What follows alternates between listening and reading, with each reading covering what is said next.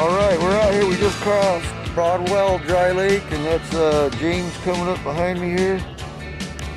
And Daniel should be behind him close enough.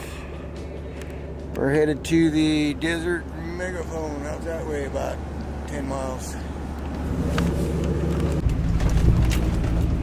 Well guys, guess what? I'm on my way back to Ludlow. We've only been gone maybe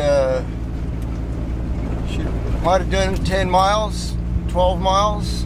No, probably less than that. But I'm headed back to Broadwell Dry Lake, towing a Bronco. The Bronco broke down.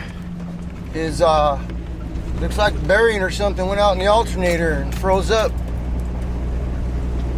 So I don't know any fixes for that other than get him back to the highway, and I think he's got AAA, so we're gonna go from there.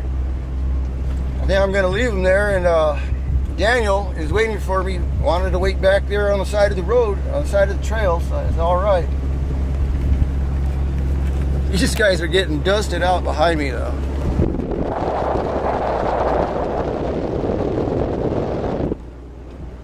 Wait till we hit the dry lake, they're really gonna get dusted. Anyway, 1 down, 2 to go. Cutting into my beer drinking time. So basically, I'll give you a little description using my Bronco of what happened, but the story goes, from what I hear, they were getting a squeaking sound from inside the engine, so they pulled over, stopped to check it out. And okay, they checked it out, and I guess they couldn't find out what the problem was. I wasn't there at the time. But now they said, by the time I showed up, they said it won't start. And so they tried starting it, and the battery was barely turning over, you know. And the starter solenoid was starting to smoke. So first thing I thought was maybe they just got a bad connection on their battery. So their battery was a little corroded up, so we took the connections off and cleaned that up. And actually cleaned right here where I saw some smoke coming, like that was a bad connection. Different solenoid than this though. It was a little older Bronco. But we cleaned everything off, and it still sounded like a weak battery, so I gave him a jump. So as soon as we started, that squeak came back, you know. You know what it was? With a slip in the belt.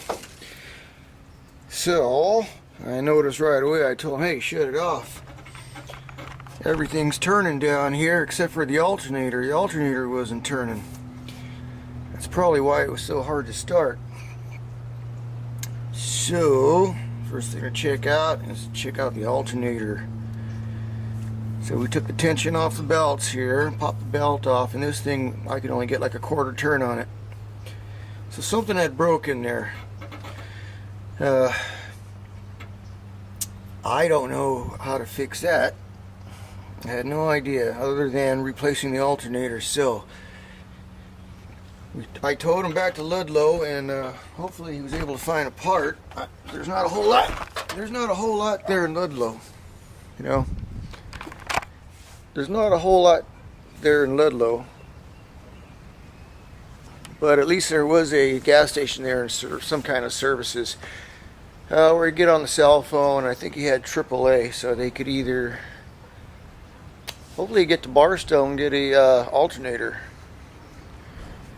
or tow him to Barstow. I don't know what they did. We gave him a call later on in the day, and they never called us back, or they're just out of service, you know, out of range. So that's what happened to James and his brother Sean and their Bronco. We left them there at Ludlow, and actually I left them there at Ludlow because there was no need for all three of us to drive back to Ludlow. I just dropped them off there and headed back out, and away we went.